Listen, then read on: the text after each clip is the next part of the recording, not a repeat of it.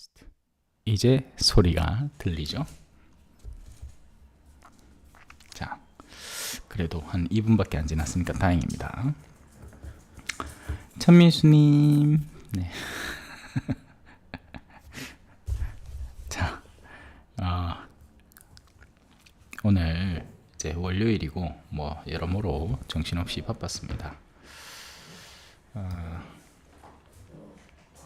이제 막 동기 모임 마치고 돌아와서 그냥 쉴까 하다가 그래도 또 뭐라도 하나 남겨놓고 가는 게 뜻깊은 하루가 되지 않겠나 싶어서 자 시작해요. 사실 23장은 크게 다룰 것이 없는 장, 심지어는 교부들도 딱히 뭐라고 의견을 제시하지 않은 장으로 그냥 넘어가는 장입니다만 그래도 함께 가볍게 살펴보고 넘어가면 좋겠습니다. 일단 읽어나 보죠. 자, 초반에 소리가 안 들렸던 점 죄송합니다. 제가 여전히 이 여러 가지 방송을 시작하면서 점검을 다 해야 되거든요. 일단 뭐 가장 기본적으로 영상이 나오는지 안 나오는지는 확실히 보이니까. 근데 이제 가끔씩 소리를 놓칠 때가 있네요. 그래도 여러분들이 바로바로 사인을 주시니까 다행입니다. 자, 들어갑시다. 사라의 죽음과 막펠라의 무덤입니다. 사라는 127년을 살았다. 이것이 사라가 산 횟수이다. 사라는 가나안 땅 키르얏 아르바 곧 헤브론에서 죽었다.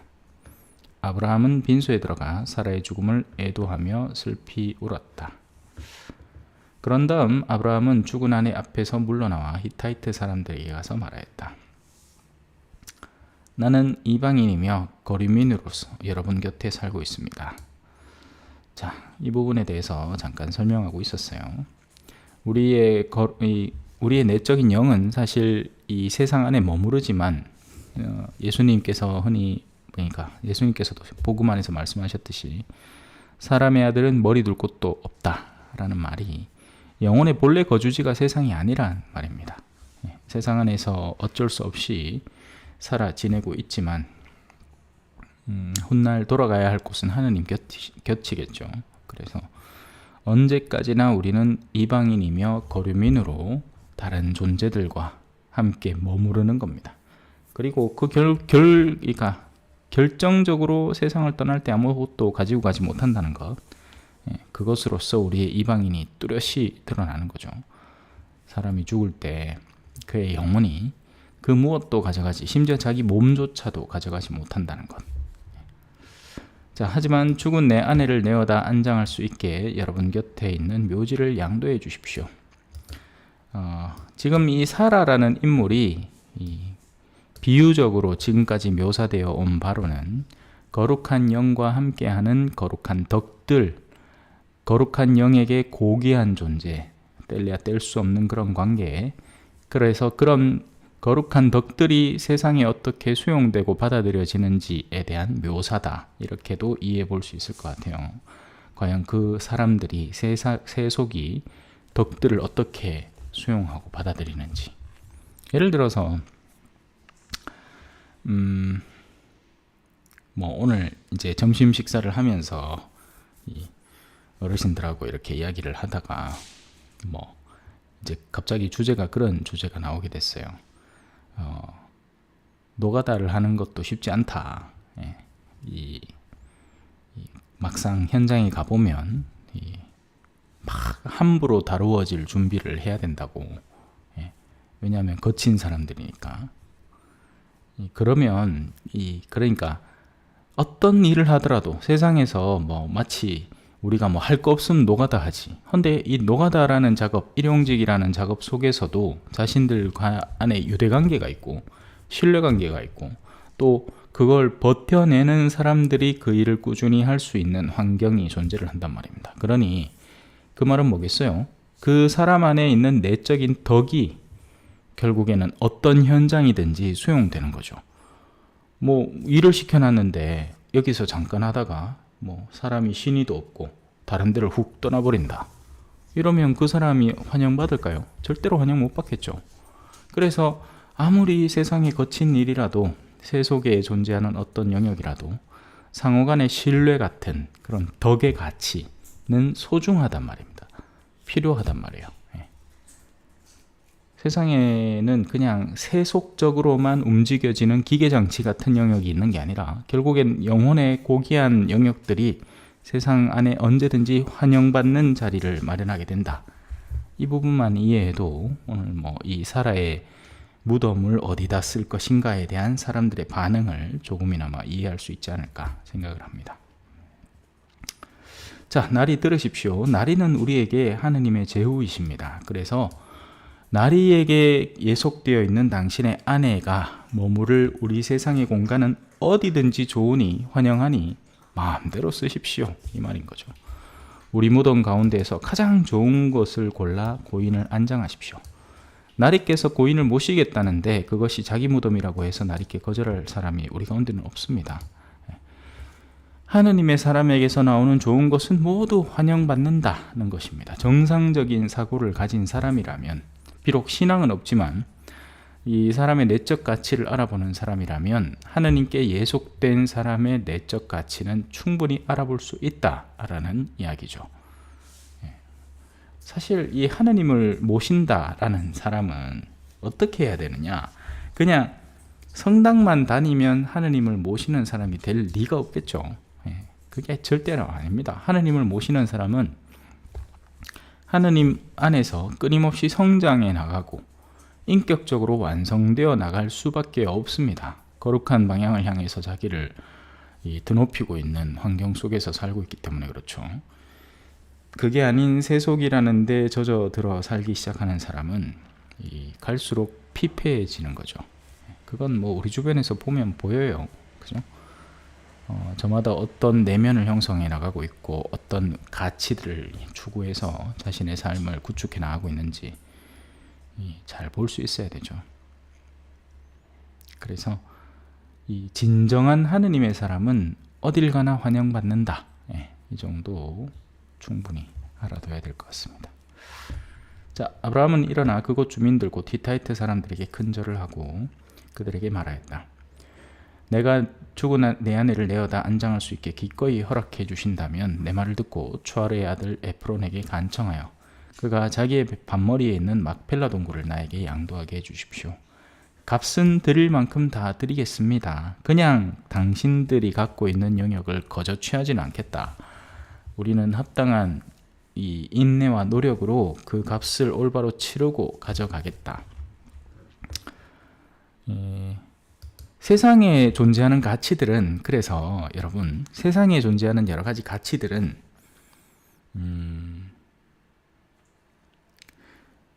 거저 취해올 수 있는 것이 없습니다. 그건 도둑질이죠.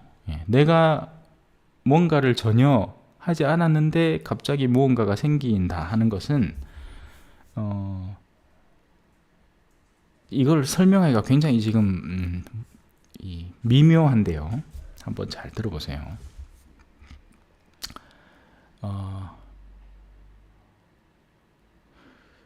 자, 우리가 세상의 것을 얻으려면 어떻게 됩니까? 노동을 해야 되죠.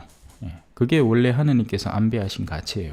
그렇게 사람은 자신이 땀 흘려 노력해서 얻어내는 것들이 원래 자신의 몫이 됩니다. 여기까지는 이해가 쉽죠. 바바인다면 다 이해할 수 있습니다. 그죠? 그런데 가끔씩 누군가가 무언가 좋은 것을 선물해 주기도 합니다. 그리고 그 선물에는 또 다른 이유가 있는 거예요.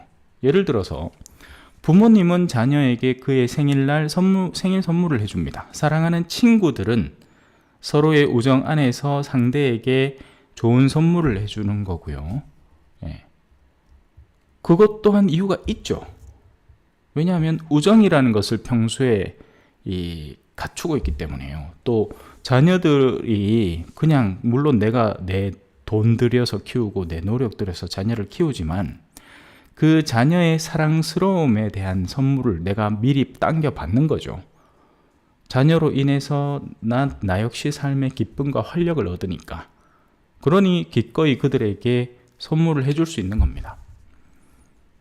그리고 누군가 정말 절실한 필요를 갖고 있을 때 그것 역시도 우리가 기꺼이 출자를 해서 도와줄 수 있는 겁니다. 뭐 어디 큰 재난이 났다. 당장 진짜 내일 당장 먹을 게 없는 사람이 내 앞에 찾아왔다. 이건 하느님의 거룩한 뜻을 위해서라도 내가 그 사람을 도울 수 있어야 하는 거예요. 밖에 소리가 나니까 복돌이가 짖네요. 밖에 뭐 막 퉁퉁 두드리는 소리가 났어. 자, 이해가 되시죠? 그러니까 세상 안에서는 기브 앤 테이크잖아요. 근데 영적인 면에서는 때로는 우리는 누군가를 위한 서민으로 무언가를 내줄 수 있지만 사실 영적인 면에서도 실질적으로는 기브 앤 테이크가 일어나고 있다고 봐도 과언이 아니란 얘기입니다. 왜냐하면 영적으로 무언가를 선물 이미 받기 때문이죠. 자, 다른 예를 들면 우리는 수업료를 내죠.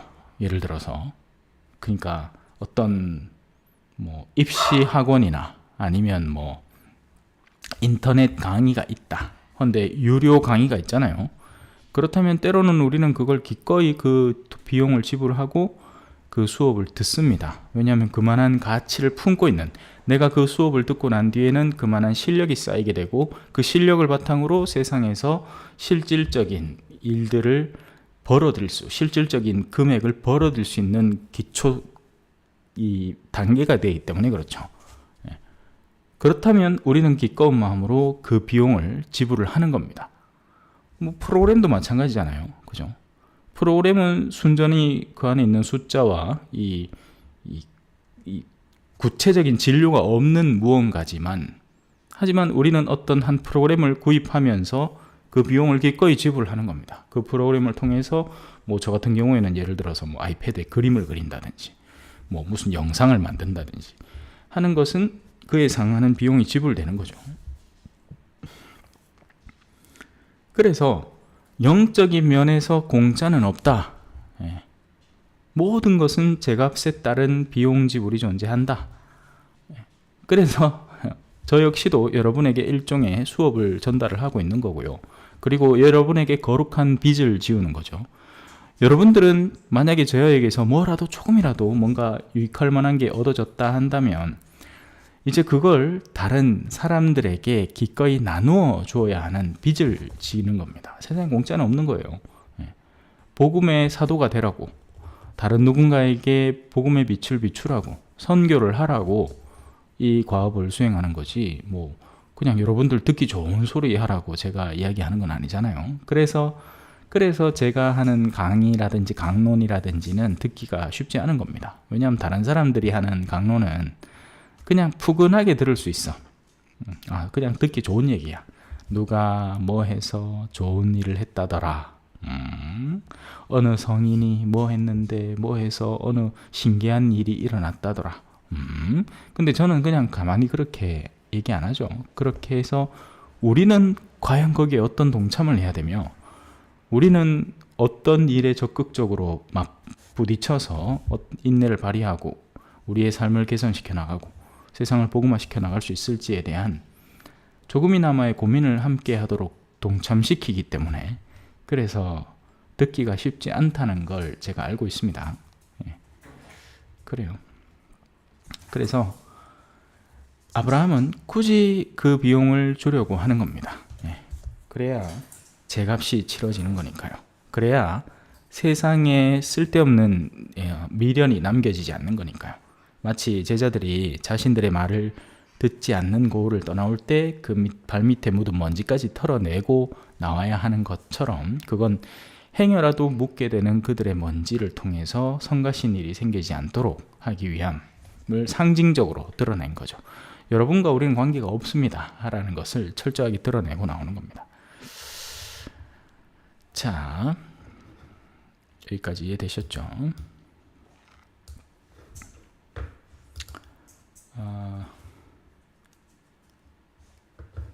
그때 에프론은 히타이트 사람들 사이에 앉아 있었다. 그래서 이 히타이트 사람은 에프론은 그 밭의 주인이죠. 에프론이 갖고 있는 그 막펠라의 동굴, 그 동굴의 주인입니다. 성문에 나와 있는 히타이트 사람들이 모두 듣는 데서 아브라함에게 대답합니다. 날이 아닙니다. 제 말을 들어보십시오. 자, 여기에서 이제 누가 누구의 말을 들을 것인가? 어디서 많이 들어본 장면 아닙니까? 연상이 안 되나요? 너희가 그의 말을 들어라. 타볼산에서 하느님께서 예수님을 앞에 두고 제자들에게 우리 초막을 3개 지어서 살게 해주십시오. 하나는 당신께, 하나는 모세께, 하나는 엘리야께 드리겠습니다. 아니, 너희가 그의 말을 들어라. 자, 지금은 에프론이 얘기합니다. 날이 제 말을 들어보십시오. 제가 하는 생각이 합리적이고 옳고 인간적으로 맞는 말입니다. 당신이 하느님의 사람이고 뭐 앞에서는 나리는 우리에게 하느님의 제후이십니다. 뭐 그래놓고는 지금 무슨 말이에요? 아니, 내 생각이 더 합리적이고 내 생각이 일단 더 설득력 있는지 한번 들어보시라. 그리고 그대로 하시라. 그 말이죠.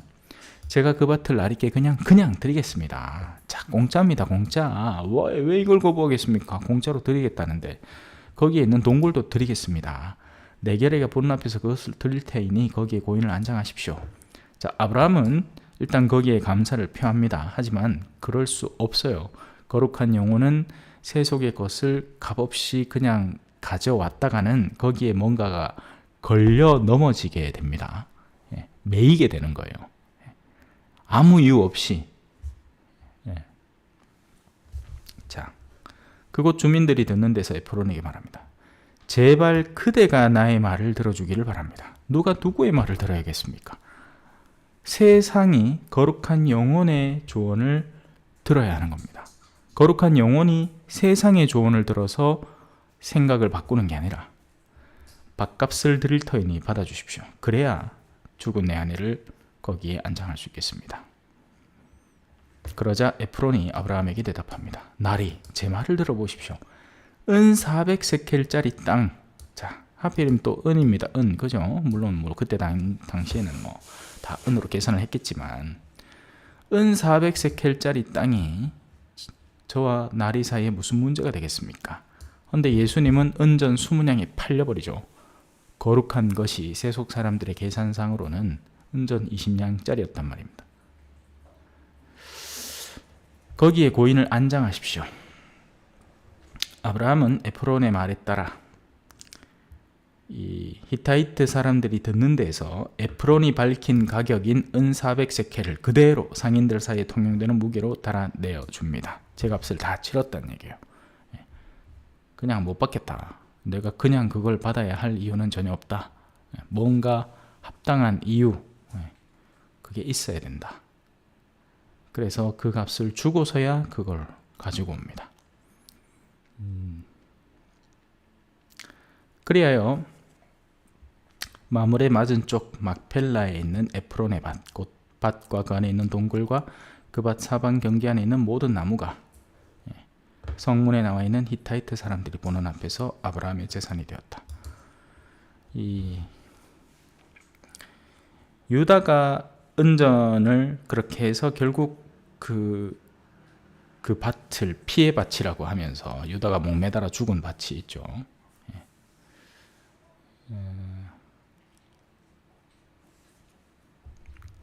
자, 그런 다음 아브라함은 가나안 땅 마므레 곧 헤브론 맞은쪽 막펠라 밭에 있는 동굴에 자기 아내 사라를 안장하였다. 이렇게 하여 그 밭과 그 안에 있는 동굴이 히타이트 사람들에게서 아브라함에게로 넘어와 그의 묘지가 되었다. 자, 그래서 이 장은 다른 교부들도 사실은 딱히 무슨 해설을 내어놓지 않았다. 자, 24장으로 들어갑시다. 이삭과 레베카의 혼인. 아브라함은 이제 늙고 나이가 무척 많았다. 주님께서는 모든 일마다 아브라함에게 복을 내려주셨다. 이 복에 대해서 제가 한참을 또 설명한 적이 있습니다. 복이라는 건 하나님 자체가 복이에요. 하나님께서 모든 일에 함께 스며드는 것 자체가 복이 되는 거죠. 하나님과 함께하면 더디게 일이 진행되지만 최종적으로는 그 일이 맞습니다. 새 속에 따라 일을 하면 언뜻 빠르게 일이 진행되는 것 같지만 그 일은 최종적으로 우리에게 재앙을 가져다 주고요. 최근에 일어났던 무슨 주식 사태 같은 것도 사람들이 이제 돈을 빨리 평소보다 더 많이 벌고 싶은 욕심에 사로잡혀서 그 기간을 단축시키려고 했던 거죠. 정상적인 주식 투자가 아닌 투기를 했던 겁니다. 그러다가 산통이 다 깨진 거고요. 또 비트코인이나 이런 것도 마찬가지죠. 그 안에는 그러니까 실물 경제랄 것이 없잖아요. 결국에는 이제 투기가 되는 겁니다. 예. 그래요. 참 옛날에 싸이월드의 도토리나 뭐가 다를까 싶지만, 예, 물론 뭐 블록체인 기술 이런 기술적인 면모에서 다른 면모를 보이고 그 기술 자체는 좋은 게 맞는데, 헌데 과연 그 안에 그만한 가치를 우리가 부여할 수 있을 것인가?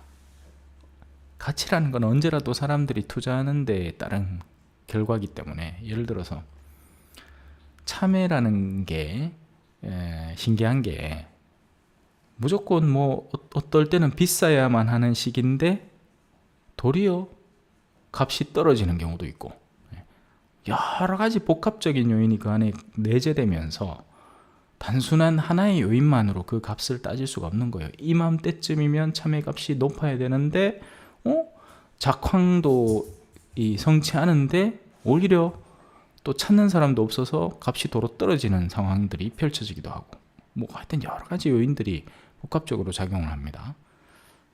또 나온 참외들이 다 상태가 엘롱일 수도 있고, 이 하늘이 좀 한 주간 흐렸더니 그 주간에는 싹들이 자라지를 않아서 전반적인 참외밭 전체가 참외를 결실을 내놓지 않기도 하고, 이런 일들을 곁에서 듣게 돼요.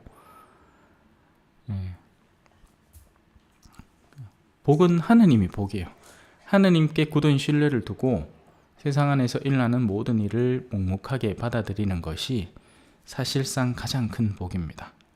복이라는 게 꼭 현세적으로 돈을 많이 벌고 성공을 하고 일이 무조건 잘 되고 이래서 복이 되는 게 아니라, 하느님과 함께만 한다면 심지어는 나쁜 일처럼 느껴지는 일도 우리에게는 훌륭한 복이 될 수 있겠죠.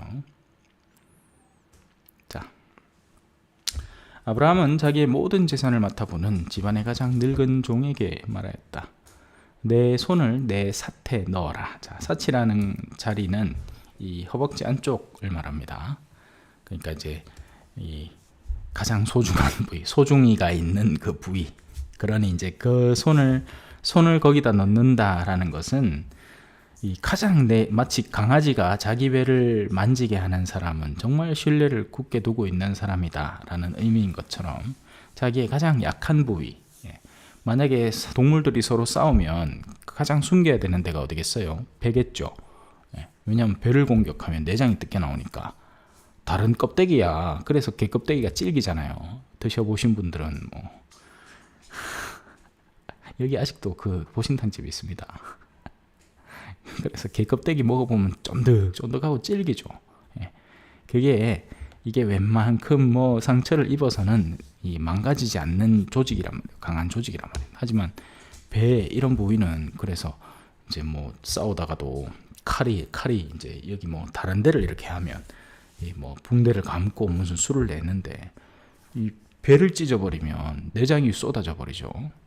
자, 말들이 너무 험난하기 시작한데, 여튼 그만큼 가장 약한 부위이기 때문에 가장 신뢰하는 상대에게 내어줄 수 있는 부위. 이 서품식에 보면, 유심히 보시면 이제 그런 장면이 연출됩니다. 사제들의 이 서품을 받으면서 가까이 불러서 이제 손을 그 부위 언저리에, 물론 옛날처럼 주교님 허벅지에다가 손을 덕 대고 뭘 하기는 그렇겠죠. 하지만 이제 그 부위에서 뭔가 이제 서약이 이루어지는 겁니다. 자, 나는 내가 하늘의 하느님이시며 땅의 하느님이신 주님을 두고 맹세하게 하겠다. 내가 살고 있는 이곳 가나안족의 딸들 가운데에서 내 아들의 아내가 될 여자를 데려오지 않고 내 고향, 내 친족에 가서 내 아들 이삭의 아내가 될 여자를 데려오겠다고 하여라. 자, 아브라함은 이 자신이 비록 가나안이라는 영역 속에 살고는 있지만 파견되어서 하느님이 가라 하셨으니 마치 어린아이가 태어나라 해서 세상에 나와서 탄생은 하지만 그 어린아이에게 부여된 영혼은 하느님의 본래 몫이고, 그리고 그 거룩한 영혼의 결합의 대상은 또한 거룩한 영혼이 되어야 됩니다. 혼인이라는 게 사실은 영혼들 사이에 결합이 되어야 되는 거예요. 그래서 신앙인들 사이에서는 이 혼인이라는 게 그냥 둘 사이의 계약, 같이 살기 위한 현세적인 계약 관계가 아니라, 육체적인 결합이 아니라 영혼의 결합입니다, 사실은. 그래서 굉장히 신중해야죠. 누구와 평생을 두고 살 것인가를 결정을 할 때 지금의 결혼 풍속도는 과연 어떨지 저는 살지 모르겠어요. 도대체 뭘 보고 결혼하는지 모르겠는데 1차적으로는 절대 신앙은 아닌 것 같아. 그죠? 그리고 그걸 확인할 방법도 없고, 그리고 그럴 확인이고 자시고 간에 신앙생활을 그렇게 제대로 하는 사람도 없습니다. 그래서 안타까워요. 뭘 보고 결혼하는지 모르는 사람들이 둘이서 결혼을 하고 있는 거예요. 그리고 옛날에나 뭐 성당에 살면, 그죠? 성당 안에 있는 친구들이 신부님한테 많이 보일 거 아닙니까? 그러면 얘랑 결혼한다? 오케이, 뭐 충분히 그럴 수 있겠네. 이게 이제 간음이 되는데, 그러니까 살펴볼 수 있다는 뜻의 간음이에요. 발음 잘해야 됩니다, 그죠? 간음자, 간음쇠 할 때 총에 이렇게 그 균형을 맞춰보다 뭐 이런 얘기죠. 그게 아닌 경우가 지금은 허다합니다. 주임 신부님이 얼마 전에도 혼인을 했지만 뭐 그 부모님은 뭐 그래도 성당이 그래도 나오는 분들이라서 보기라도 했다 쳐요. 생판 처음 보는 친구들이 와서 결혼을 하겠다 하는데 뭐 그렇다고 해서 그럼 하지 마 할 수도 없고, 이제 와서는, 그죠? 지금의 이런 교회 환경에서 일단 하기는 하는데 모르는 거예요. 누군지, 이 사람들이 누군지, 어떤 삶의 과정을 거쳐왔는지, 참 사실 너무 많은 리스크를 안고 거룩한 성사를 집행해야 되는 겁니다. 사실 세례부터도 마찬가지고요. 옛날에는 세례 교육을 정말 철두철미하게 시키고 나서, 근데 그렇게 해서도 맹담자가 생기는 일이 있었는데, 요즘은 참 여러 면에서 교회적인 활동 자체의 그 강도도 약해졌습니다. 옛날처럼 하면 아무도 성당 안 나올 거니까, 그거는 기존 신자들조차도 빡시다고 얘기할 판이니까, 옛날에는 그랬지 뭐, 마치 그냥 추억의 옛날 전래동화 얘기하듯이 옛날의 신앙생활을 이야기하는 판이니까. 지금 뭐 가정기도를 하는 집이 과연 얼마나 될 것이며, 그죠? 소위 말하는 조과만가라고 표현하죠. 아침기도, 저녁기도. 식사 전 기도라도 하면 다행이겠습니다. 그나마 챙겨 한다면. 그런 판이니 말 다 했죠, 뭐.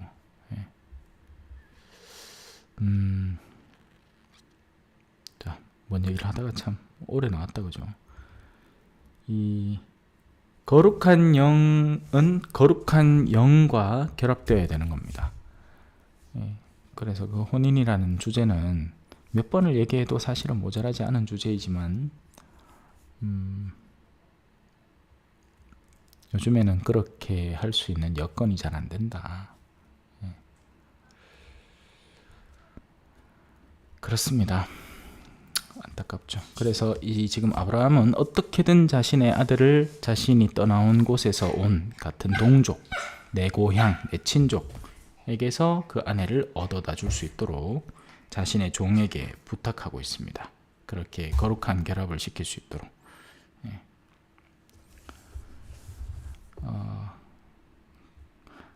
계속 이 점을 거듭 강조해서라도 이야기하고 싶어요. 배우자를 찾을 때, 배우자를 찾을 때 내가 평생을 두고 갈 배우자라면 그 배우자에게 볼 수 있는 면모들이 여러 가지가 있어요. 맞아요. 현세적인 것도 봐야 되긴 봐야 됩니다. 왜냐하면 이놈 조가 그 현세적인 것 안에서 내적인 게 드러나기 때문에, 예를 들어 빚을 미친 듯이 지고 있는 사람하고 함부로 결혼할 수는 없죠. 그건 자신의 경제성이 파탄나 있다는 얘기니까. 그러니까 자기 자신의 어떤 외적 환경을 제대로 추스르지 못하는 사람이라는 얘기고, 그 내면이 망가져 있다는 얘기고, 그런 이 조짐이 미리부터 보일 거 아닙니까? 근데 사실 젊은 사람들에게 그런 내적 지혜를, 이 내적인 지혜를 살펴보고 상대를 찾아라? 참 쉽지 않을 것 같아요. 그 내면을 어떻게 살펴봐야 하는지에 대한 기준점도 잘 없을 것 같고, 식별력도 없을 것 같고, 그러니 그럴 기회조차도 별로 없을 것 같고, 지금은 왜 아예 결혼 자체를 안 하는 풍속에, 그리고 결혼 연령도 갈수록 늦어지는 판에, 그러니 이건 뭐 총체적인 난국이다, 이렇게 표현할 수밖에 없을 것 같습니다. 자, 그래서 내가 살고 있는 이곳 가나안족의 딸들 가운데에서 내 아들이 아내가 될 여자를 데려오지 않고 내 고향 내 친족에서 데려와라. 그 종이 아브라함에게 묻습니다. 그 여자가 저를 따라 이 땅으로 오려고 하지 않을지도 모릅니다. 제가 아드님을 나리에게서 떠나오신 그 땅으로 데려가야 합니까? 혹시 그 여자가 안 오면, 그 여자를 찾았는데 안 오면 아드님을 데려가야 되냐? 아니, 아브라함이 대답합니다. 너는 내 아들을 그곳으로 데려가는 일이 없도록 또 조심하여라. 하늘의 하느님이신 주님, 왜냐하면 그 하느님의 명이 함께 하고 있는 거룩한 영이기 때문에, 하느님의 뜻이 그 영 안에 깃들어 있기 때문에 다른 영이 그 영을 중심으로 위치를 잡아야 된다, 이 말입니다. 하늘의 하느님이신 주님, 아버지의 뜻이 우선되는 곳부터 해서 자리를 잡아 나가야 한다. 이 말은 또 다른 의미로는 이제 그래서 집안의 질서가 그렇게 형성되기도 해야 된다라는 것이고요. 근데 참 지금 제가 이 가정이라는 형태를 떠올리고 이 부부 사이라는 것을 떠올리고 할 때마다 현대 사회의 혼탁한 이 질서 상황이 자꾸 연상이 되면서 머리가 복잡해져요.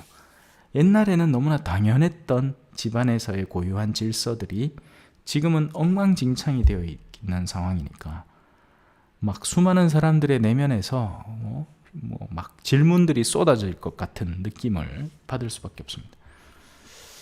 하지만 이 정상적인 올바른 제정신 박힌 남편이 있으면 아내는 그 남편의 합당한 권위를 존중해서 이제 그 중심, 하느님 안에 굳건히 서 있는 남편의 뜻 안에서 나머지를 구축해 나가야 된다.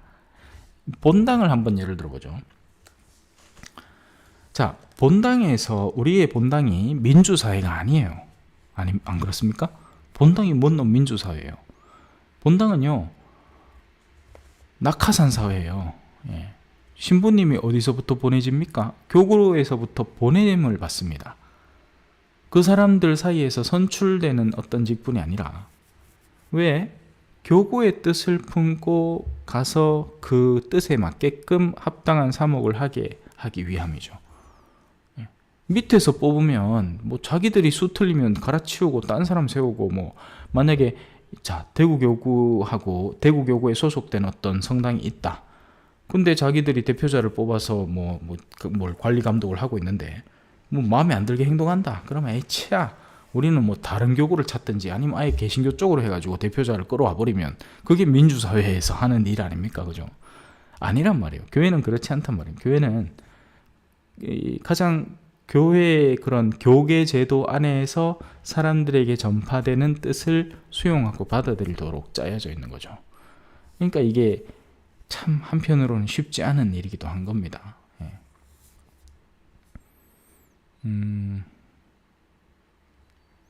그래서 그 중심에 주임 사제가 정말 무슨 뭐 정신 나간 사람이 아닌 다음에는 하느님의 뜻 안에서 서품을 받은 사제이고 하느님의 거룩한 뜻을 품고 있고 하다못해 그가 거행하는 전례나 성사적 행위들은 여전히 거룩하기 때문에 그 안에서 예수 그리스도의 인격이 작용하고 성령이 작용하기 때문에 물론 뭐 하는 구체적인 일이라든지 인격의 완성도 면에서는 전혀 다른 의견을 표출할 수 있지만 미사 자체는 여전히 거룩하단 말입니다. 그렇기 때문에 그분을 중심으로 본당이 짜자작 짜여져야 하는 거죠. 질서가 맞게끔. 근데 요즘 성당들은 또 안 그래요. 요즘 성당들은 이 민주사회라고 생각하는 겁니다. 제가 실제로 들은 건데 실제로 들었어요. 어느 한 공소에서 뭐 잠깐 소요가 있으니까 본당의 주인이 누군지를 가르쳐줘야 된다. 누구한테? 저한테. 그래서 제가 그분한테 제가 뭐 들으려고 들은 이야기가 아니라 뭐 안에서 막 웅성웅성 하고 있을 때 제가 곁에 가서 이제 있다가 듣게 됐는데 그래서 그분한테 직접적으로 얘기를 했어요. 형제님, 본당의 주인은 하느님이십니다. 근데 이제 그분의 생각 속에는 이 성당 안에서 우리가 형성한 모든 인프라, 이런 모든 것들이 자신들에게 귀속된다라고 착각하고 계신 거죠. 그래요. 그런 일이 있습니다. 미국에서 때로는 교포사회에서 시끌시끌할 때가 많거든요. 막 서로 팀이 나눠져 가지고 뭐 본당을 처음으로 세운 팀 뭐 그래요. 그러면 이제 거기에는 진짜 사제들을 이제 어느 교구에 요청을 해서 초청을 한단 말이에요. 근데 그러다가 막 문제가 자기들 안에 막 심해지면 교구가 보고 있다가 사제를 훅 빼버리는 겁니다.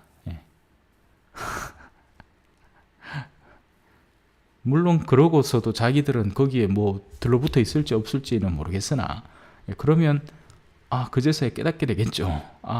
이거 뭐 교구하고 이렇게 제대로 그게 안 되면 다 무너지고 망가질 수밖에 없구나. 참. 이 부분은 그래서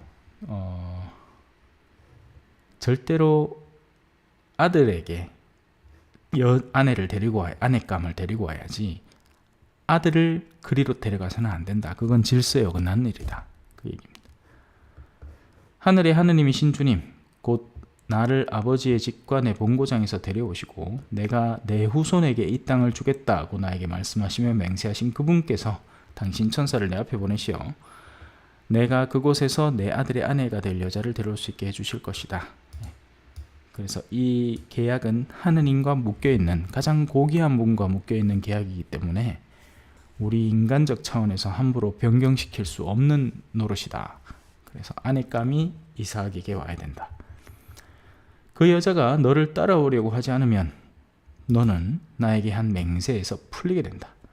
다만 내 아들만은 그곳으로 데려가서는 안 된다. 그건 네가 할 수 있는 역량 밖의 일이다. 나의 종아, 너는 지금부터 내가 너에게 사명을 주는데 그 사명이 이행이 절대로 안 되는 상황이라면 너는 맹세에서 풀리게 된다. 그러니 그러는 동안 충분히 순종할 수 있도록 해라. 하지만 절대로 네 범주를 벗어난 내 아들을 거기다 데리고 가는 것은 내가 허락을 하지 않는다. 자, 그 종은 자기 주인 아브라함의 사태 제 손을 놓고 이 일에 대하여 그에게 맹세를 합니다. 그 종은 주인의 낙타떼에서 10마리를 데리고 또 주인의 온갖 선물을 가지고 나호르가 사는 성읍인 아람 나하라임으로 길을 떠났다. 그는 여자들이 물을 기르러 나오는 시간인 저녁 때 성박 우물 곁에 낙타들을 쉬게 하였다. 이제 신부감을 봐야겠죠. 그러고 나서 이렇게 기도하였다. 제 주인 아브라함의 하느님이신 주님. 자, 기도를 합니다. 그죠? 하느님과의 컨택을. 하느님을 통해서 식별력을 갖도록. 올바른 식별이라는 게 영리함만으로 이루어지는 건 아니에요. 거룩한 영의 활동을 통해서도 이루어집니다. 정말 이 양자가 비슷하게 보이는 가운데 우리가 하나님께 기도를 하고 선택을 할 때 더 훌륭하고 현명한 선택을 할 수 있게 되는 거죠. 물론 무조건 기도에만 다 전적으로 의지하라는 건 아니에요. 지금 이 종도 자신이 선택할 환경을 미리 구축해 놓았죠.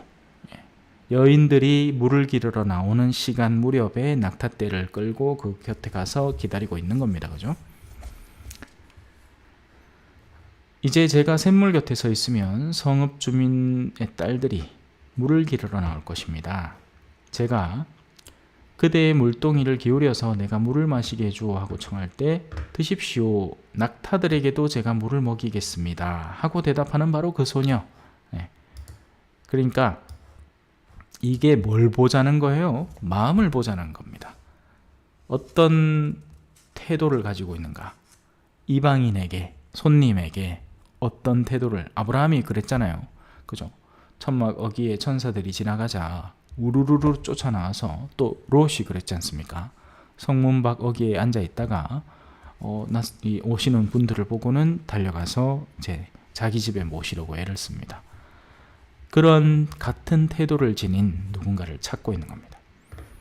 그 소녀가 당신께서 당신의 종 이삭을 위하여 정하신 여자에게 해주십시오. 그것으로 당신께서 제 주인에게 자애를 베푸신 줄 알겠습니다.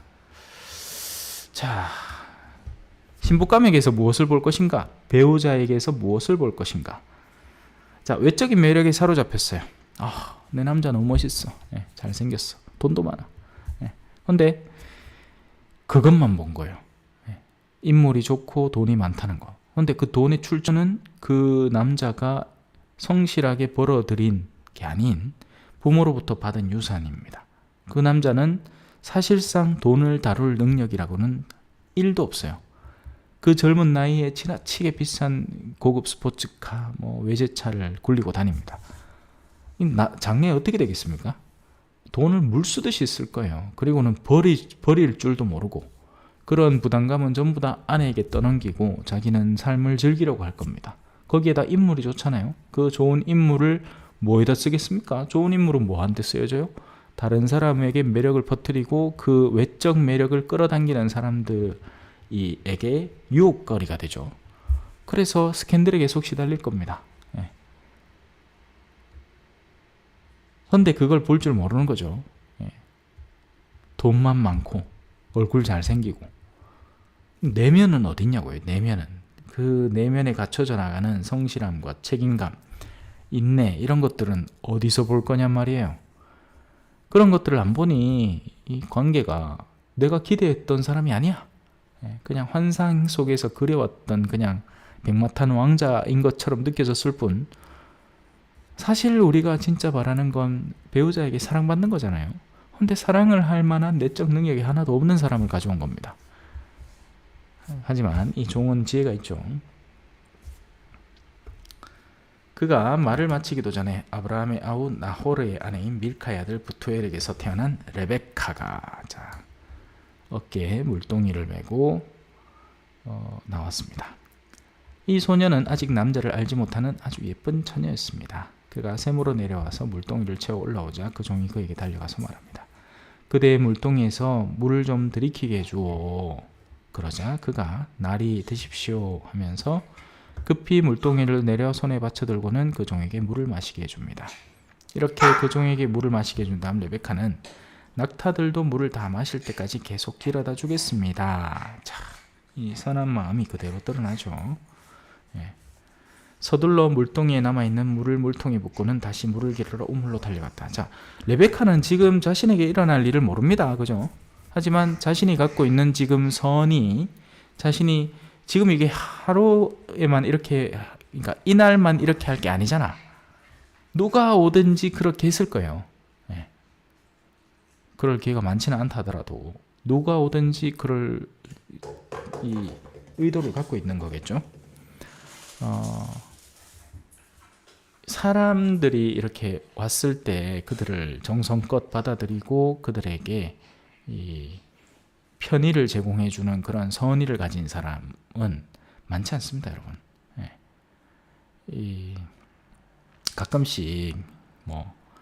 이렇게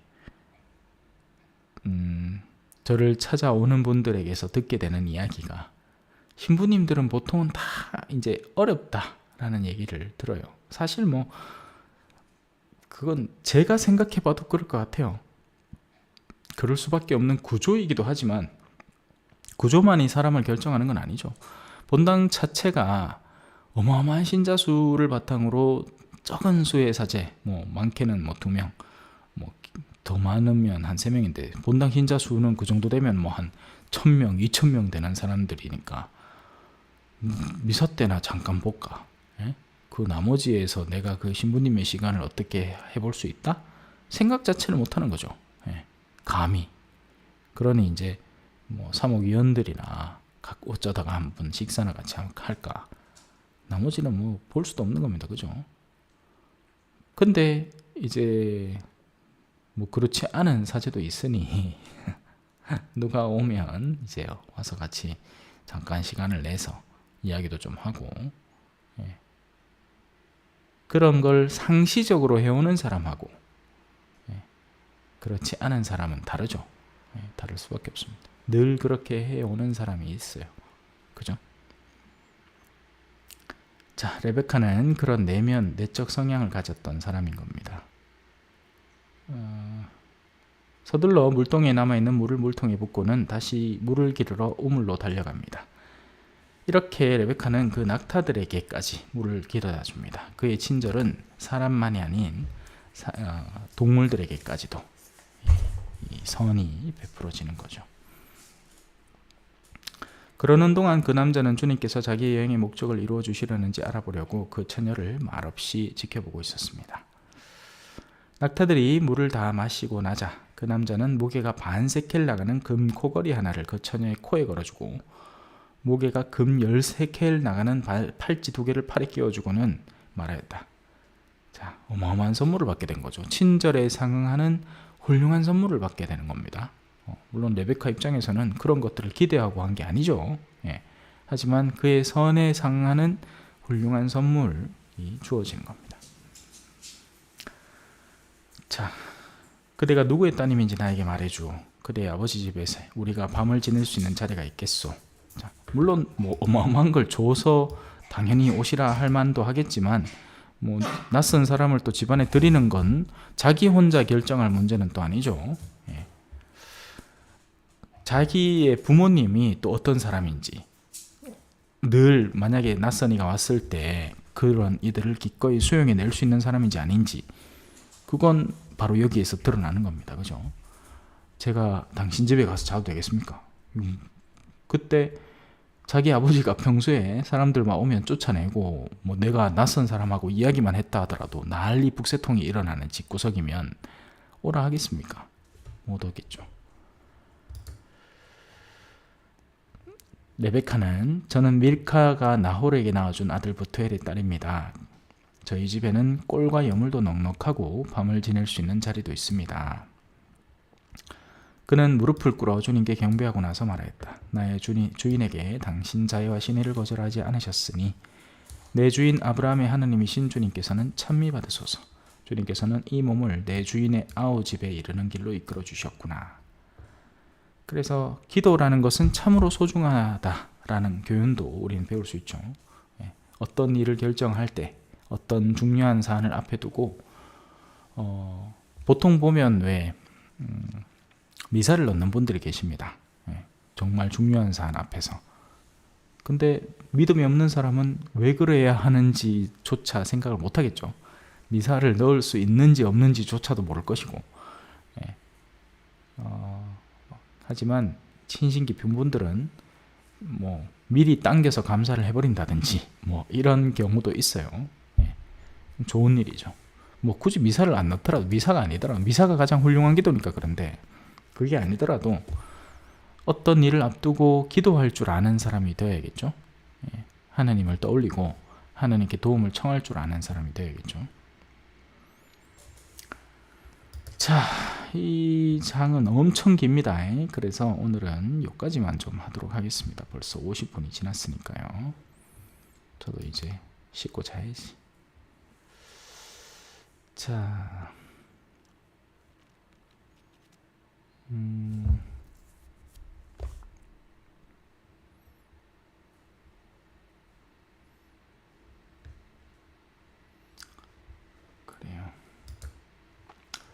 뭐 자꾸 저한테 무슨 노래를 불러달라고 하는데요.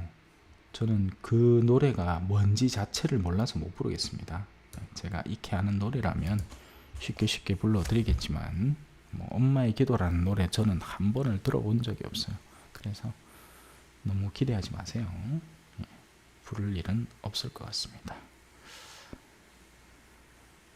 자, 축복 가득하시고 좋은 밤 되시길 바라겠습니다. 복돌이가 오는 소리가 들리는데 왔네요. 일로 와. 인사하자. 일로 와. 앉아. 일로 와. 인사해. 손. 그렇지. 자. 복돌아 제발 울지 말아라. 아멘 아멘 아멘 아멘 아멘 아멘 아멘 아멘 아멘 아멘 아멘 아멘 아멘. 나는요 여러분에게 인사하는 게 좋아요. 그래서 이 시간만 기다립니다. 제가 하이라이트를 받는 이 시간. 자, 더 해라. 자, 인사해라. 옳지. 너무 잘한다. 그럼 아디오스.